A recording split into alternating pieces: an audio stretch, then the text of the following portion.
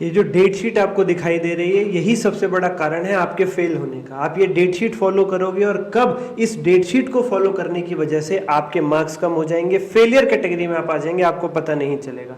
Sir ये आप क्या कह रहे हैं, डेट शीट तो सभी बच्चे फॉलो करते हैं, क्या पेपर ना देने जाएं डेट शीट वाली डेट्स पर? ऐसा नहीं है, कुछ और तरीके से मैं बात आपको बताने जा रहा हूं। अंत तक जुड़े रहिएगा, पसंद आए तो अपने दोस्तों को भी भेजिएगा।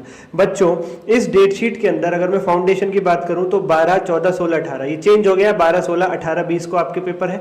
और अगर मैं इंटरमीडिएट की बात करूं तो 11, 13, 15, 17, 19, 21 advance accounts, law, tax, cost, audit और एफएमएसएम। अब आप लोग क्या करोगे, जिस दिन पेपर है उससे पहले वही सब्जेक्ट पढ़ोगे। यानी जैसे मान लीजिए 11 को एडवांस अकाउंट्स की शुरुआत है तो आप लोग 7-8 तारीख से एडवांस अकाउंट्स पढ़ना शुरू कर दोगे।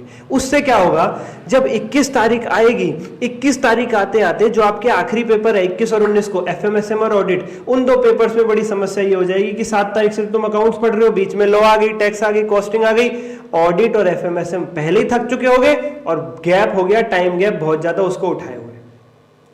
ये समस्या आप लोगों को बहुत ज्यादा परेशान करती है, यहां पे आप सारा गेम हार जाते हो। यही कारण है आपके फेलियर का।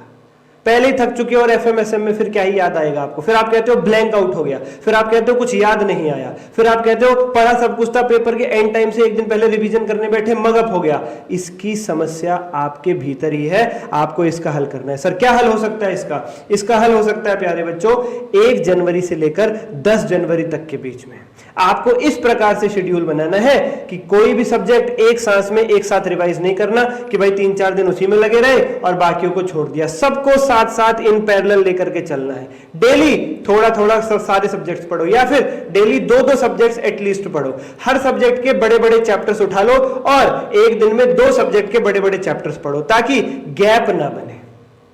लॉ भी बिल्कुल ताजा ताजा रहे और एफएमएसएम और ऑडिट भी बिल्कुल ताजा ताजा रहे। अगर आप लोग चाहते हैं कि मैं डेली शेड्यूल बनाऊं बिल्कुल आवर वाइज आखिरी 20 दिनों का, 1 जनवरी से लेकर 20 तारीख तक एग्जाम के लिए, तो कमेंट करके जरूर बताओ। मैं daily hour wise, chapter wise बड़े और छोटे चैप्टर्स को सेग्रीगेट करके शेड्यूल आपके लिए लेकर के आ जाऊंगा। लेकिन उससे पहले आपको कॉमेंट करके बताना होगा और आई बटन में चले जाइए अगर आपको सुपर इंपॉर्टेंट 100 क्वेश्चन चाहिए कमिंग अटेम्प्ट के लिए, इंटरमीडिएट के लिए पूरी प्लेलिस्ट मिलेगी हर सब्जेक्ट की।